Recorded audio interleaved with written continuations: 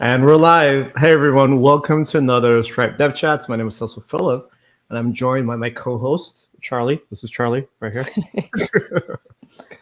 And today we have a really special show. I have my friend Todd, who is the founder and person in charge of a really cool project called TrackJS, which helps you diagnose problems and errors and things of that nature inside of your web-based applications.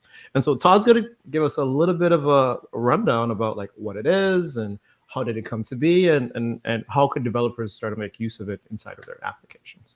So Todd, why don't we just start off really quick with just like a little bit of an introduction, maybe tell folks who you are and what it is that you do. Yeah, great. Well, thanks so much for having me on the show. I appreciate it. Sure. I love Stripe. We've been using it since like the very beginning of TrackJS. It's been like a real enabler for us to like make money, things that are important like that. So my name is Todd Gardner. I've been a developer for a very long time. I worked at a bunch of big companies as like a freelance contractor, helping them build large web applications to do all kinds of ambitious things for their customers. Back in 2013, 2014-ish, we'd been building a lot of really big JavaScript client-side apps. It was kind of the renaissance of the single-page application back in the days of the early days of Angular and Backbone and Knockout.js for the people who are like been doing this a while. And what we noticed building these apps is that they all kind of sucked.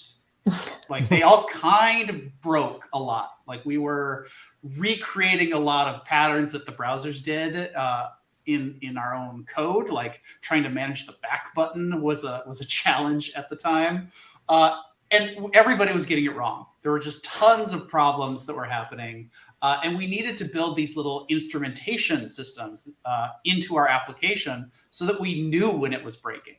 All these companies had really great logging tools around their servers, but now with all of the logic moving into the client side of their application, things would blow up and they'd have no idea that it was happening.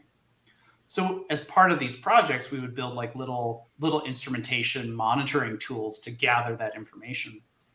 And after I built this like 3 or 4 times for different clients, it finally kind of like hit me like, hey, this is a thing. This is like a problem that like everybody kind of has. And so I pitched a couple of people who I'd worked closely with to, hey, maybe we should make this generic and like its own thing that we can sell to, the people we would consult for, but maybe everybody too. Like maybe this is just a problem that a lot of people will have. And so we started building this thing out nights and weekends and like slowly growing the project to what it is today. Nice. So first thing I want to say is I feel like I've failed my job as an advocate because I had no idea that you were a Stripe customer at all. I just brought you on to come talk about your product, and I was just like, oh yeah, I work for this company, right? I honestly thought that was like a pre-qualifying filter of like you thought, hey, Todd would be interesting. Let's look at our customer list and make sure he is one first. You know what? And I should do that, but I didn't. And I'm like, oh great, well that makes me feel better because I know you're a customer. So I apologize. I should have known this information. No, not at all. We've been using Stripe since the very beginning and like went through a bunch of different like gyrations as like the APIs have changed and we use different capabilities of it. But yeah, we've always been using Stripe and it's been really great. That's awesome. So as a developer, like one thing I've always been afraid of is starting a business. I think about all the things that I don't know, all the things I know that I don't know. Right, like yeah. I know how code works. I know how to deploy stuff. I know how to, reasonably debug them and like fix issues. And I know how GitHub works, but like I know nothing about registering a business or, I don't know, making payroll or taxes and these other types of things. So like when you first decided that, okay, I'm going to start this company, like what were some of those things that were in your head to make you feel like, like I could do this, like I could figure it out? Yeah, that's a really good question. I had a little bit of a cheat code in doing that, because before I started TrackJS, I was already an independent consultant, which friends of mine had helped me create, and it's not very uncommon in my area for developers to be freelance, and so we would create a LLC for ourselves, which in the state of Minnesota, which where I am, is it's a $90 fee and a submission on an online web application, and then bam, you have an LLC, and that's all there is to it. And so I already had that. I've already done that. I knew how to. I had an accountant who helped me with like the basic bookkeeping. I knew some basics of how to use QuickBooks to do some of that stuff, which isn't that like I didn't have to learn it. It's just I've learned it 5-10 years before in trying to learn how to be a business. Now, none of those things are particularly hard, I would say, but they're all different. There's just a lot of different places you need your mind to be in order to set that up. There's lots of different things you can do. Like there's lots of different services or whatever that can help you set that sort of thing up. I had an attorney and a guy who'd been doing freelance software dev for a long time, like offer me a ton of free advice over beers to just kind of help me figure out my path through it. So some of the basic logistics were kind of easy and handled when it came time to start TrackJS. But what wasn't clear to me is like, okay, now it's not just me. So I have multiple people involved in this. And now it's not a business where we're just changing time for money, which was what like a lot of consulting is. It's like, okay, I'm going to invoice for these 40 hours and here was the rate. And so here is the dollar amount. And there's just an ongoing relationship with that. Instead, I have a product and I'm going to do like recurring credit card payments. And I'm trying to like convince people to like do this, but it's got to be like very low touch because I'm only making $50 a month off of them. So I can't, go in and do a whole pitch. I have to like figure out how to sell people on this idea without talking to them directly. Which it was a hard marketing leap to make in my mind. And honestly, it's still something I struggle with a lot is how to do that effectively. There's a lot of different domains you have to think in to run a business, but they all tie back to the software. So much of what software does that I actually don't think I ever really understood when I was writing it for my clients when I was a contractor, is a reflection of those business processes that we're trying to automate or we're trying to like work ourselves into. So like how the billing system works or how usage management works or how users work is in some way a reflection of the business tasks that we're being asked to do. So outside of the product itself and the code that you had to write, what do you think was the most difficult learning curve you had to get over to like, as you're going through and establishing your business? Marketing. Yeah. Marketing is by far the hardest thing to do. And partially because most developers who I've met are inherently bad at it. It's not how we think. The overwhelming consensus that a lot of developers will tell me and will believe in, and what I believed is that like the greatest product wins. Like if I build the best open source library, the best whatever, it has the most features, it has the best experience, all of these things, it will win. And I don't have to talk about it. It will just win, which clearly is the case because, we all, you have our Betamax and we all, various example that you want to pull out. It's clearly untrue in the real world. You have to spend at least as much time talking about what you're doing as you are in actually doing it, and sometimes way more. We spent way too much time, frankly, building TrackJS at the front end, like kind of heads down, working on it and trying to get it out the door, and not nearly enough time talking about it. so much that it really slowed our growth early on, because nobody knew about it. We were doing like really innovative stuff that nobody else was doing, but just not enough people knew about it because we weren't good at marketing. We hadn't learned how to get out and talk about the product. We hadn't learned how to really sell our ideas effectively in a marketplace. And so that has been the largest ongoing challenge that we've had in building the system, is just how do you reach developers? Because that's our audience, is other developers. How do you reach them, first of all? Second, how do you convince them that you're credible? Developers are notoriously suspicious of online marketing and sales and anything that kind of smells like it. And so first you have to convince everybody that you're credible before you can even think about trying to do anything else. And then once you've convinced them you're credible, how do you then, sell your idea and here's this thing I do and how great it is, and here's how it can help you. Getting through that journey is a challenge. Yeah. And I guess, like you said, that sounds like an ongoing battle. You're always going to have to fight, right? Depending on, hey, I want to go into a different market, or I want to expand to a different region.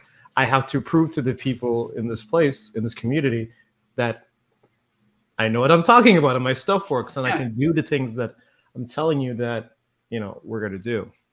Yeah. Everybody, no matter how big you are or how commonplace you are, there's lots of people who don't know anything or might have a negative impression of some space. Maybe they hate JavaScript apps. Maybe they don't trust web developers. Maybe they're like, oh, you're a software as a service model. I don't use those because I don't like them. Everybody has a bad experience about something that you have to overcome constantly. And even if you are a very well-established business, you still need to be doing this all the time, which is, this is very meta, but it's kind of what we're all doing indirectly right now. We're having a chat, but kind of what we're having a chat is you're building credibility with the Stripes audience. I'm building credibility with a developer audience. And then later we might try and talk about something we want to do. But right now we're just having a conversation in the marketplace, showing that we know things and we're decent people and we don't really suck at life. Yeah. So speaking about marketing, and since we were talking about, how you started this company, give me the 2-minute elevator pitch. What exactly makes TrackJS special? Because I know there's other products that do error handling, tracking, I'm sure you do some level of tracing and things of that nature. What makes TrackJS particularly special? Yeah. So there's two answers to that question. There was our original pitch and then kind of where we are now. The original pitch, the original thing that really made us special, was we created something called the telemetry timeline, which is this understanding that in the front end where errors aren't always obvious. You get weird errors like script error or E is undefined or stuff that as a developer you can't even reason about. Understanding how the user got to this error is sometimes way more important than the error itself. So being able to trace a path of the user got to this page, they're using Chrome, they clicked on this, these network events went off, and then this error happened. And it's being able to clearly recreate that so that a developer in their own environment can recreate the error and see how it would manifest on their machine, which might be different than how it manifested on the user's machine.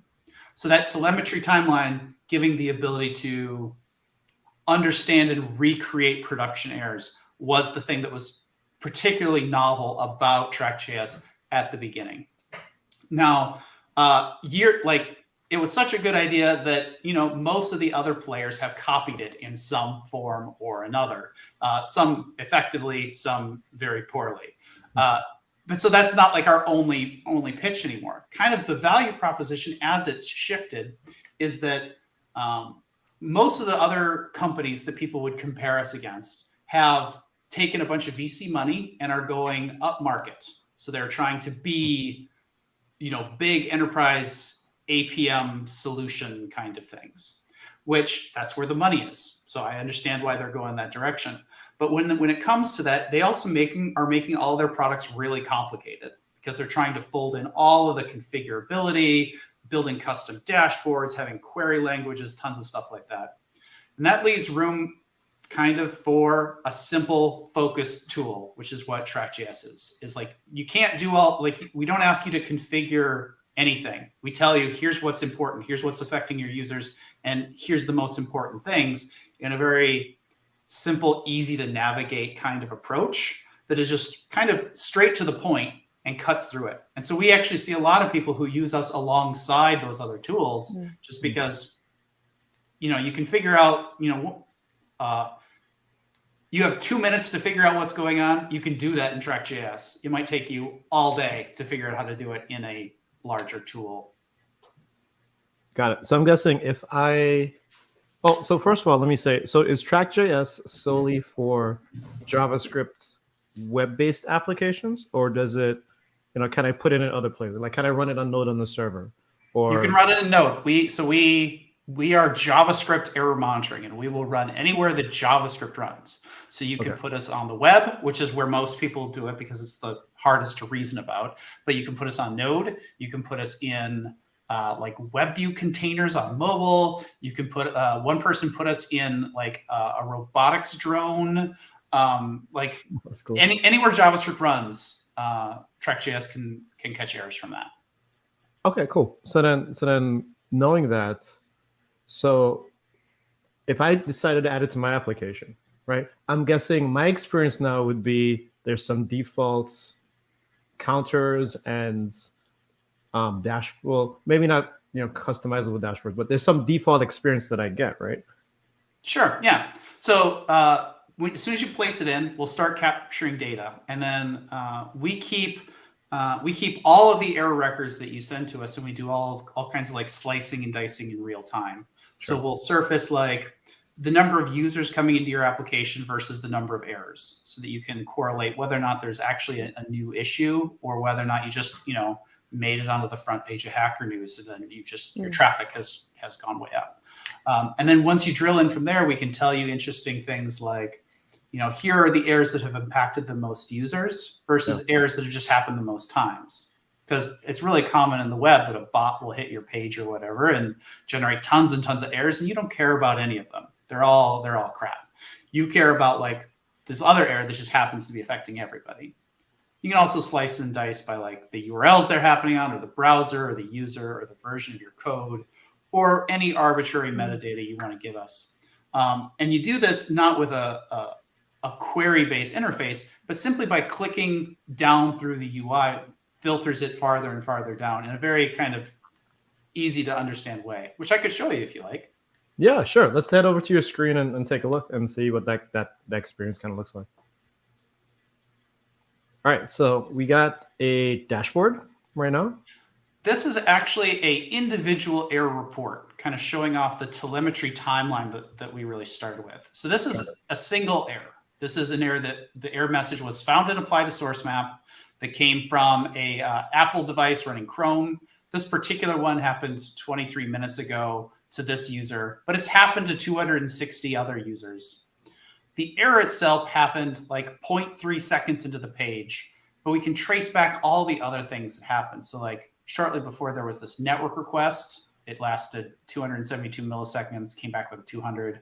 There was another one before that, and that's the only thing that happened. The user had not interacted with the page yet. And so we can tell from that like, hey, this is like an initialization error.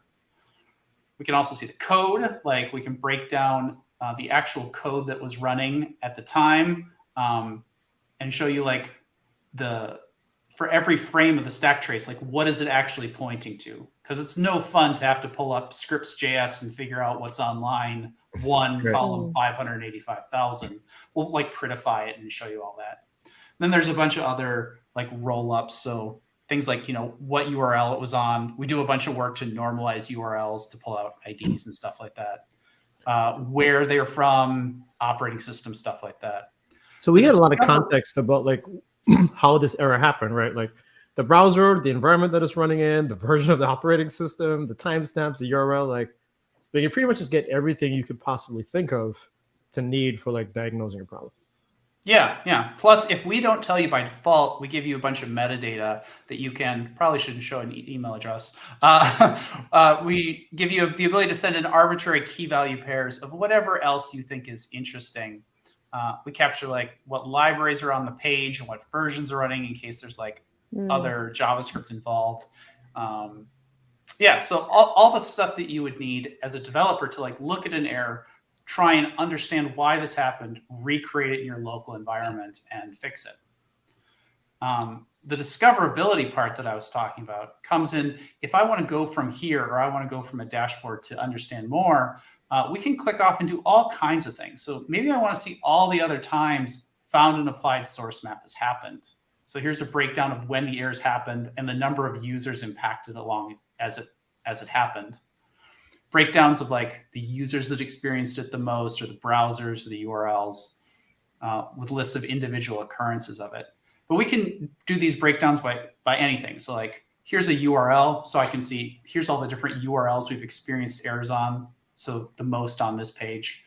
And if I wanted to zero in here, say, oh, I think it's interesting that this particular version of my app is throwing an error, from anywhere in the application, I can add these filters. And now the entire UI is filtered to only show me things for that particular version. So maybe I want to say, hey, only show me errors that happened on this version and to this particular user. I can zero in on that. And as I click around the UI to all of our various pages, those filters apply everywhere. I am still looking at a dashboard for only this version and only this particular user.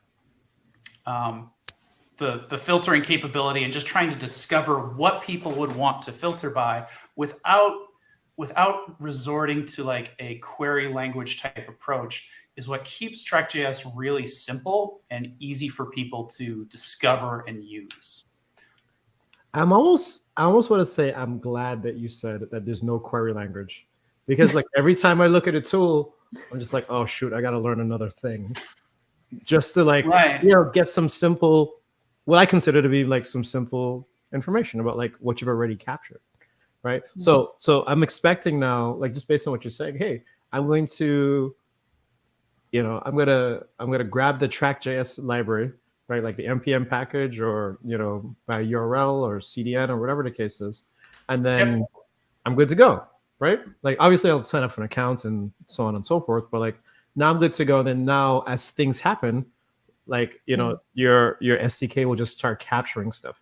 And I'm guessing, oh, okay, there you go. So on the right-hand side, there's even an option to actually specifically track certain things that kind of go through the system.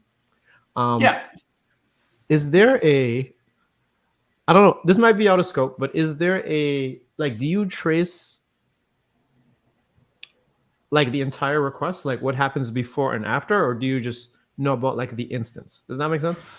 Yeah. So TrackJS is trying to stay as small and lightweight as possible. That's kind of like part of the goal, is that it should be completely transparent that TrackJS is on the page from a performance and page weight size. So our agent is super small. It's only 7K. And then we only send data when there is an error. So the agent on the page is listening to all these analytics events. It's listening to user actions and network requests and stuff like that. But nothing is being sent. It's being stored in this little onboard log, which is just all stringified, a list of the last 30 things that we think are interesting. And then when we detect an exceptional state, which can come from a couple of different directions, then we package all that up along with all the context that we can and send that off to TrackJS. And then that record, that error record, we keep, as long as it doesn't get ignored out by rules that you've given us, we keep that in its entirety so that we can do all of these aggregations in real time. So these aren't approximations when we look at a number. There is really 114 individual errors with this as their URL that we could then dig in and explore. Is there a way to be alerted if you reach a certain number of network errors or anything? So can you kind of create your own almost performance budget where, you're fine to not be alerted if there's only like 100 network alerts, but if it goes to 120, then your team is alerted because you obviously need to look at it now. Like, is it something that you've thought about, or you think that your users are not really interested in that and they'd use another service for the alerting part? Or no, so we do alerting. Okay. However, we don't. We like to keep the idea that TrackJS is in magic mode. We don't want you as the user to come in and have a whole lot of knobs and buttons and things that you need to configure. I don't want you sitting around and thinking about how many network errors are acceptable, how many are not, over what time range, and just getting into analysis paralysis over trying to figure out what your alerting should be. So instead, we have our own internal algorithms for anomaly detection that we can wrap up and send to you in various different packages. And you just opt into what broad genre of error of notifications do you want? Do you just want to be notified once a day with like a roll up, or once a week? Or do you want to actually be notified when we think there's something new happening, which won't be every single error, but it's when we think that there is something that doesn't match our patterns.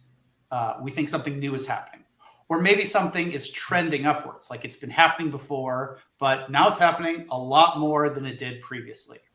Or maybe it's not about a specific error at all. It's about a general trend. Like overall, your errors are going way up and your usage is not going up with it. This is something different happening. We want to let you know. But all of that is in magic mode. We try and control all of that so that you don't have to think about it. You don't have to like figure out how you want to deploy this and tune it for your app. You just have to paste their script tag in and you just get it. That's really cool. I like the simplicity of it's just installing and then it does all the work and you don't have to think about it. Yeah. Yeah, developers are lazy. We don't want to do a lot of stuff. Well, developers are lazy and we're perfectionists, or tend to be. Like we want to get in and we want to like, if there's knobs and buttons for us to play with, we want to understand what all of them do. And we spend a lot of time like making sure it's in the perfect configuration for our app. And I feel like that slows a lot of adoption down. Like we're bike shedding, right? We're deciding what color to paint our bike shed about something like totally unimportant. Like what you care about is the errors. Let's cut through all of the other BS of learning a query language and creating dashboards and tuning alerts. And let's just focus on what are the errors that we think are interesting and how do you fix them? Sure. So tell me about like the data retention, because I'm gonna guess that sure, like you're capturing these errors. Like how long do you hold on to them for? Like is there like a purge policy or something? Or like how does that work? Yeah, so there's 3 different levels based on like what subscription you're on, but it's all fairly short. So like it might be 8 days for our smallest accounts, or it's 30 days for our biggest accounts. But it's all very, very small window. And the reason for that is that like if the error isn't happening right now, it's not really important. This isn't for like long-term quality trending of your application. This is for like understanding what are the problems that your users are facing right now. So the retention window is fairly short, so we can focus on like the current, what's actually happening. We had a lot of customers. I mean, the reason why it's 30 days, it's much longer than we wanted it to be. Customers drove it to 30 days. But in actual usage, people spend 99% of their time on 24 hours or less. So like people ask for it. They want the safety net of being able to report longer, but overwhelmingly, people are focused on what is going on right now. Tell me what's happening today, this business day, or in the last hour. Yeah, and I can see that. That makes a lot of sense. Because I'm guessing a lot of folks, unless they're looking for anomalies of some sort, like they're probably not going to go back and look at a previous error. And probably if they do that, then they're probably going to want to look at them in bulk versus like, I want to know about this specific error that happened a week ago on a Tuesday at 3:00. And we support the ability that if you find something that you think is like really weird and you want to keep it around, this is like a thing that maybe you think it was part of a security incident, maybe you just think it's particularly novel, you can mark it. You can just leave a star, and now we will keep this instance of this error forever. Cool. We won't keep all of them. We'll just keep this one. This one is now not subject to retention policies because you start it. Right. Or if you say, hey, I want to send this to, my buddy, maybe I want to open a Stack Overflow question with this because I don't understand and maybe somebody can help me. I can share it, which generates this big private link, which, you could paste this in chat right now. I'll give this to you in case you want to open it. This is now a public URL. I can switch to this tab. And now here is this is just shared with the world. Anybody can come and look at this and see what was actually happening at the time. So that, it will live forever. It can be part of a support platform of how do you fix this or how do you deal with this sort of thing. So like you just said that link is publicly shareable. Is it possible for me to only share it with certain people? Yeah, it's just like sharing a Google Doc where you want to generate a shared link. It's it's super long with a high level of cardinality that it's not going to enumerate out. So as long as you don't give them the link, they will not be able to discover it. I mean, it is security through obscurity, but it's the same security through obscurity that Google and everybody else use for usability. Got it. Okay. So what are some, I'd love to hear, what are some of the places that your customers are using TrackJS that, in your head, you're like, oh, wow, I never thought, people would use it this way. Do you have any of those types of stories? Yeah. So I mentioned earlier that somebody uses us in a drone, which was not something that we had ever thought about. But we had a customer who was a drone photography and mapping startup. And so what they did was they would have these drones, and it would fly over a farm, like a farm crop, and it would map out what exactly was happening. And it had some technology to understand chemical ratios in the soil and stuff based on taking pictures of it. But the software that was running in that was this little JavaScript app that had a Wi-Fi connection back to a central base station or whatever, and that's how it was all working. And TrackJS was on all of it. We would capture errors coming off of individual drones.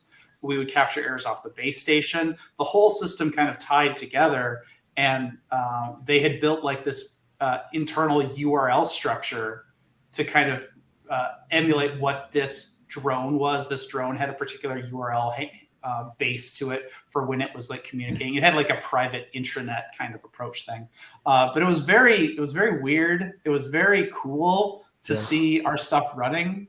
I am frequently in awe of all of the places that I have had some sort of impact through TrackJS, through all the different companies and pages that use our stuff. I have had some involvement in trillions of internet bugs, and that is a weird thing to think about. That's hilarious. I'm wondering, and this now we might be going off on a tangent, but I'm wondering, do the errors and the stack traces look different when it's in a drone versus when it's on, I don't know, on a web browser or on a server site? Yeah, so it had different kinds of things. So it wasn't running a web browser internally. It was a Node application or whatever, and so it would report errors in the same format that Node had. But part of an error payload, as kind of defined by our system, is we're looking for the URL that something happened on, and it's kind of one of the ways that you can segment, slice, and dice your errors. And with a normal Node app, you're probably running Node as a web API of some kind. And so the URL that your thing is kind of obvious. It's here's the URL that was being called. And so that's where I'm going to group errors by. But in the drone case, they didn't really have that concept. So they kind of invented a URL scheme so that they could, understand their errors better. Got it. Yeah, I would love to see that, to be honest with you. That sounds absolutely amazing. So I know TrackJS is just one of the various projects that you're working on, right? And I think earlier you had mentioned you had another one as well called Request Metrics. So I'm kind of curious to hear like how they kind of complement each other, or if this is like a completely different product. Yeah. So Charlie, you brought up earlier the idea of like performance budgets and like, can you tell me when I have so many users had a bad experience? That was actually a very common thread of feedback that we got for TrackJS. People would ask for web performance. They would ask to understand, things aren't broken, they're just slowing down. How do I know? And we thought a lot about how to integrate that into the product. But it was like a fundamentally different data model. Like the agent would be heavier because now I have to capture data from every single request all the time so that I can correlate performance. And the server has to have a different data model because I'm storing drastically more data if I'm keeping every request and not just error records. And then as we kind of explored it, the market was slightly different. Like it wasn't all the same people. Some people cared a lot about performance, but not everybody. People who seemed to be building like internal line of business apps didn't seem to care that much about it. Like they had a captive audience and they would test it in other ways. So rather than building it in TrackJS, we decided to build it as its own product, as a separate thing. And we called it request metrics. And I'll actually just bring that up here. We started building out request metrics. Let me just actually log in. Ooh, I like it. Looks good. So we try to keep a lot of our same mental model around how do we keep the whole thing in magic mode? How do we do the thinking for you? How do we like take this really statistically heavy data and try and drill down to something that we think anybody can look at and understand? So here's a bunch of data about the performance of our website over the last 24 hours. And what we try and do is we aggregate all these charts down and try and produce plain English terms. So when you look at this and you're like, that's a pretty chart, Todd, but I don't really know what that means. I'm not in statistics. I can boil this down and say, hey, this means you're good. This means your page performance is fast and it's doing okay. And the 75th, your most common users, isn't really changing. And if you look at this, like, oh, that's another pretty chart, Todd, but I don't really know what it means. I can tell you some things about it that are, what is the interesting thing here that you might want to understand? And then we look inside your data. That's what this interesting activity is. We look inside your data to try and correlate what do we think is interesting within your data, particular pages, particular metrics that are off the normal trajectory. So we started building this a couple of years ago, and it had some success. It's been doing pretty well. However, we've been hearing some pretty common feedback in that performance is interesting, but the first question everybody asks is, so what?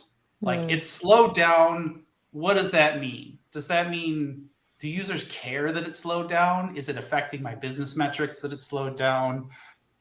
Like, why did it slow? Like, is an API the thing that's causing it? And with how request metrics was put together, we can't really trace that line through it yet.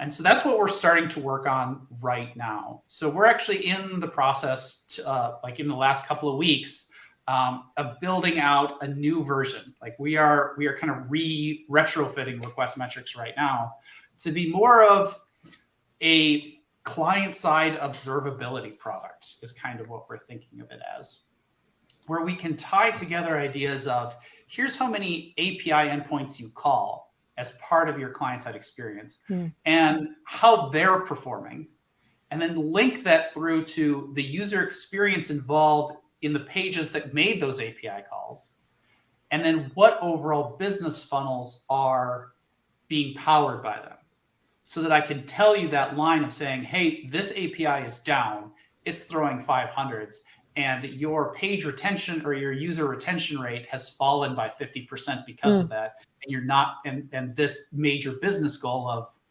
checking out or signing on or whatever flow you've defined is now failing because of that. And so I can not only tell you that something is happening, but tell you what is breaking because of that. I think it's really like an awesome kind of information, because it just reminds me of a previous company that I worked at, where as developers we knew that there started to be like pretty big performance issues on the websites, but to then even convince leadership to put some kind of effort and resources on fixing these problems, it was hard for me to gather the right data to then convince people to be like, we really need to be working on this, because as we're adding more JavaScript, we're just bloating the pages, and one day it's going to be like too late for us to actually do something. So even as like a reverse way of doing it is like using that kind of dashboard to then use that data and go and talk to leadership before things get even worse. Like, to me, that's the kind of information that I think is super interesting to really understand the impact of the way that you're building your apps. And because you should always think about what's better for your users, but then you have like business that are more like, just ship fast, and sometimes convincing people is difficult. But with that data, then it would be pretty clear to be like, well, look, over the past month, like our page has, loaded, it took like 2 seconds more to load or something, and then we've lost that amount of traffic. Like, that would be like that's just very valuable data. So that's really cool. Yeah, that's what we're thinking, is that there's a lot of different domains or concepts in client side. There's like that marketing angle of like analytics and how things flow through. There's the performance angle, the user experience. There's the APIs being called. There's the errors that might be thrown, and there's the security of what makes it on the page. And there's point tools that do kind of all of those things. But we think it's interesting if we start smashing all of that together and tie together when something's going wrong, why and what the impact is. So I'm curious, over the past couple of years, like I've been hearing a lot about like open census or open telemetry, like some of like these industry standards as it comes to like, again, collecting metrics and logging and, these types of things. Do either of your products work with like those type of protocols? Like, can I export stuff? Like, let's say I have an open telemetry SDK of some sort, right? Like, can I export stuff to one of your products? So OpenTelemetry is a fantastic project, and like I think they're doing amazing stuff. OpenTelemetry is this set of this spec that basically, as you're moving from like one service to another, there's an envelope of data that's passing around that's in a very standard format, so that you can say this service depended on this service, and we're part of this overall transaction, and then here's some logging metrics about that. And so it gives you that traceability of saying, this request involved all of these different things. Now, the gap in that is the client side. There is an open telemetry implementation in the client side, but it's kind of messy. It reveals a bunch of data that probably shouldn't be revealed, and it's kind of hard to use. There's a few other attempts at it other than the canonical one, but none of them seem to be particularly good. We don't play in that space right now at all, because TrackJS, we can tell you that like a event has started, but we don't really think you should be revealing that telemetry data back out into the client for security reasons. And so we don't really want to encourage that. So we don't really have any mechanism of digesting it by default. Request metrics also is not planning on going down that route, but for a different reason.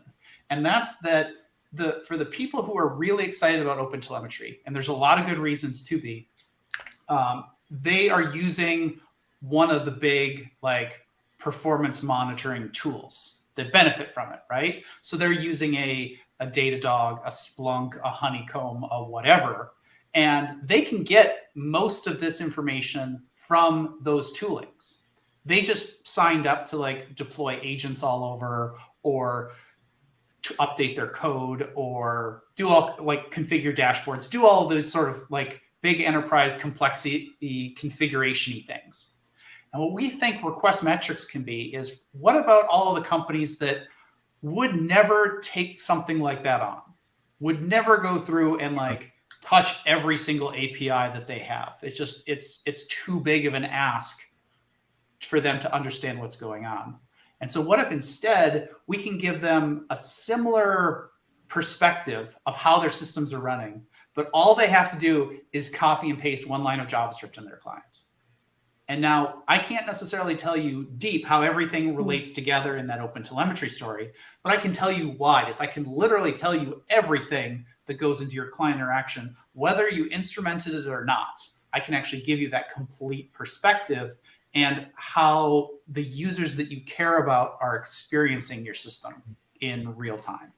And so that's why we think it's a bit of a different approach for the kind of people who would never really implement that OpenTelemetry vision for that small to medium business that, couldn't afford the time and the effort to implement one of these tools. And I kind of like your perspective, because it sounds like you're optimizing for user experience, right? Like as the user, like I just want to be able to just like tell me what it is.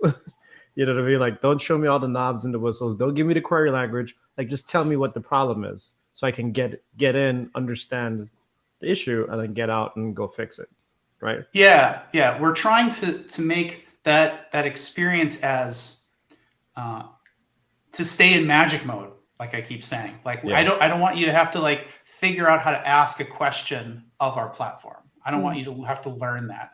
I want to in the majority case, surface the things that I think are interesting, let you drill down and discover them with simple, like add this to my filter, click on this API kind of thing, and get to the issue without spending too much time and effort to ask those questions. And we think there's a really interesting perspective here in that we're putting the experience of the end user of your application first. It's not like an afterthought. It's not like, oh, there's also a real user monitoring module to our stack or whatever. We're saying that the thing that defines how this service is performing is the real user experience of the people calling it. That's what it is. Any other metrics you have about how your backend is performing are interesting diagnostics, but that's not the experience. The experience is what the people are actually understanding. So if you have if you think your service is really fast, but you put it in a California, cloud region, but all of your users are coming from China, they're all having a really bad experience. And it doesn't matter that your APIs are returning in what you think are 100 milliseconds. Your users are seeing 1200 milliseconds or whatever. And we think by putting that perspective first of here are your users and how they're actually experiencing your system, it's a little bit of a different perspective than what you get elsewhere. Yeah. Now, I feel like I should have asked you this before too. So TrackJS is for JavaScript applications. Is request metrics also just for JavaScript applications? Request metrics, what our first release is going to be is it's going to be for web applications. So the idea is you drop it into the web layer, your presentation layer of your system, and we monitor wide. Now, web is not the only presentation layer that most systems have. There might be a mobile app. There might be a React Native app. There might be an Electron app. Who knows? We are leaving, this open to move into those areas, but it's going to kind of depend on what the market tells us as we grow. Sure. So the earlier picture I showed you about web performance, that's the product that is live today. You can go and sign up for request metrics right now and get the web performance side. The picture that I'm showing you right now is a mock-up of where we are going. We are in beta for this now. And we expect to release something by the end of the year, but it's going to be a journey as we discover more and more about this and who is going to benefit the most from it and what kind of things they want. Yeah, that makes a lot of sense. So Todd, we have just about 5 minutes before we have to close. I know it's so much fun too. What do you, how do customers like, I don't know, get it started with like your beta? Because I'm guessing there's a sign up process of some sort. Like, how do folks get started with both TrackJS and request metrics? So TrackJS is, a well-established, mature product. It's ready to go. There's nothing you need to like go out to trackjs.com. There's a great big button on the top of the page that says start my free trial. You get 14 days of anything you want, like totally unlimited service. You can put us on your production app and start seeing what kind of data we gather for you, which is honestly what we recommend doing. Is like get it installed and deployed to the part where like real users would see it, so that you can see your real errors. Like you can learn a lot from like a playground, like your local dev environment, but until you see the real errors coming in off production, it's hard to really grasp how cool this thing is. And nobody installs it and gets 0 errors. Everybody has errors that are happening in their client, because the web is weird and crazy. Request metrics, you can do the same. You head out to requestmetrics.com, and you sign up for the free trial. You put us in, and we'll start gathering the performance information. If you're interested in being part of this beta and you want to help guide us, you just need to send me an email, honestly, and we'll add you. There's not like a formal sign up on this. We are kind of in, direct conversation mode about this still. But sign up at Request Metrics and then shoot me an email, Todd@TrackJS.com or Todd@RequestMetrics.com. They both go to the same place. Or hit me up on Twitter at Todd H. Gardner, or whatever replaces Twitter in the next weeks. I don't know. And we'll get you added to the beta, and you can tell us what you think. Awesome. So another important question for you. Have you joined Mastodon yet? I did. I did join. Which one did you join? I joined Hackaderm.io. Okay. Which, I mean, I don't know if that's the right one. I had a Mastodon account from like 5 years ago when it was one of the early waves of quitting Twitter, and that server is gone. It disappeared. It fell off the map or whatever. So I signed up for another one. I don't know if Mastodon is going to be a thing. Like I signed up for it because like, this is what everybody's doing, but I'm not willing to give up on the bird yet. Yeah, it sucks, but like the thing that I loved about Twitter was that like that's where everybody was. I could go in and I could tweet at somebody who I looked up to, who I think they did something awesome, and I could tweet at them and they would respond to me. And then sometimes they would follow me, and I'm like, oh my God, they're following me. and that's what was cool about it. And yeah, the ads sucked, and yeah, like there's lots of things that are cruddy about it. But Mastodon, like, there's not that many people on it yet, and like it's really hard to find people to follow with the federated approach.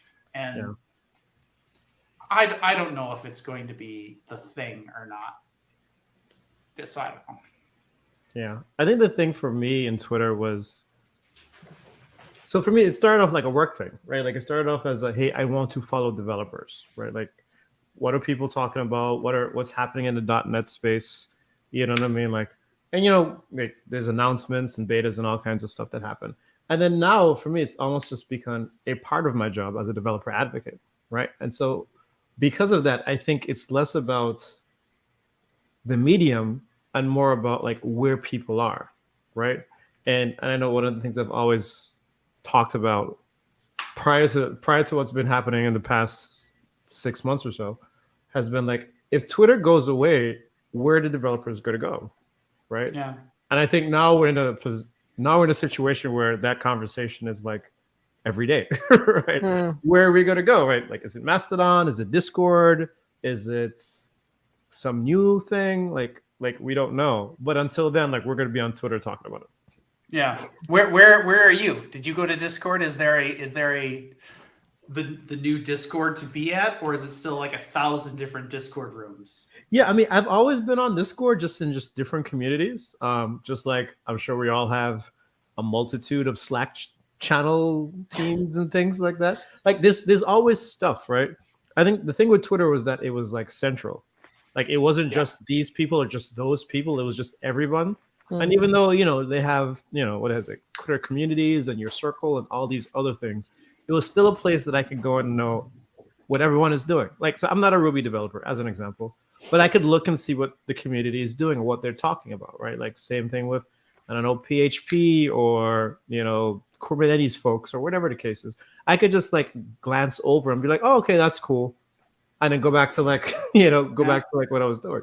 So yeah, I don't think you can get those type of experiences in the silos that exist in like Discord. and I'm not disrespecting Discord, but I'm just saying like the model is just different, right? Like the expectation for communication is just different, you know? So I don't know. I don't know what's going to be. Maybe I probably will end up setting up for a Mastodon account and forgetting the password is. Yep, then forget it. Yeah. Yeah. I was thinking about this the other day that like I'm an elder millennial, and so I remember an era when like there was AOL Instant Messenger and ICQ and MSN and Yahoo, and like we had all these different messenger apps, and that's how we would talk to each other. And it got too much to manage. Like computers were slower back then, and so I actually couldn't run all the clients at the same time. And so I had this thing called Trillion, which was like this client of clients, and it could just connect to all of those networks and give me one interface. And I was looking at my phone thinking, I need modern Trillion. I have Signal, and I have Telegram, and I have iMessage, and I have Yahoo, or I have Facebook Messenger, and I have Twitter, and I have Slack, and I have Discord. Like I can't remember if I'm trying to talk to somebody, where do I talk to them? Like what platform do I talk to this individual on? And if I send it to the wrong one, are they not going to respond to me? I feel like we need to get there. Like whoever got behind open telemetry and got all those companies together to figure that out needs to get together and make like an open messaging thing, so that like I want a new product like Trillion that like I don't need to care about what network this is on. I could just have all the clients together. That's funny. I remember Trillium because I used to use that too, like a long time ago. It's funny you said that. Charlie, like I'm curious, Charlie, like how you feel about it. Like, have you seen like particular communities of folks going to a particular place, or is everyone just kind of at the moment I'm seeing leaving Twitter? Well, I'm seeing people going to Mastodon. I mean, I joined a couple of servers, but it's the same problem. The same reason why I don't like Discord neither. It's like when you join a server, it's like you join something because you know it's there. But what I liked about Twitter is that it exposed me to people that I didn't know. So it's like, oh, my friend is friend with this person, and Twitter kind of recommends me to that person, and I would have never been able to find that person on my own, because obviously if I don't know them, I can't search for their username. And I think that's why I really liked the platform, because it exposed me to even little like artists that I would have never come across otherwise if Twitter hadn't been, if they hadn't had an account. But recently I heard of something called Co-host. That is, no server neither. It's kind of like it reminds me of like the very beginning of Twitter, where the UI is like, not always very clear, and there's not that many people who have created an account on it, but it is still a place where if you follow people's handles and you have this timeline, there's no server. It's kind of like, so I understand the whole idea of like wanting to go like decentralized, but at the same time, the fact that to find servers, I have to, it almost makes me feel like I'm staying in my own little silo and I'm not exposed to people or topics that I don't know, because obviously I'm going to join only what I know. And I don't really, like, it kind of defeats the purpose of me being on a social media platform. I want to be exposed to topics and conversations and people that I don't know.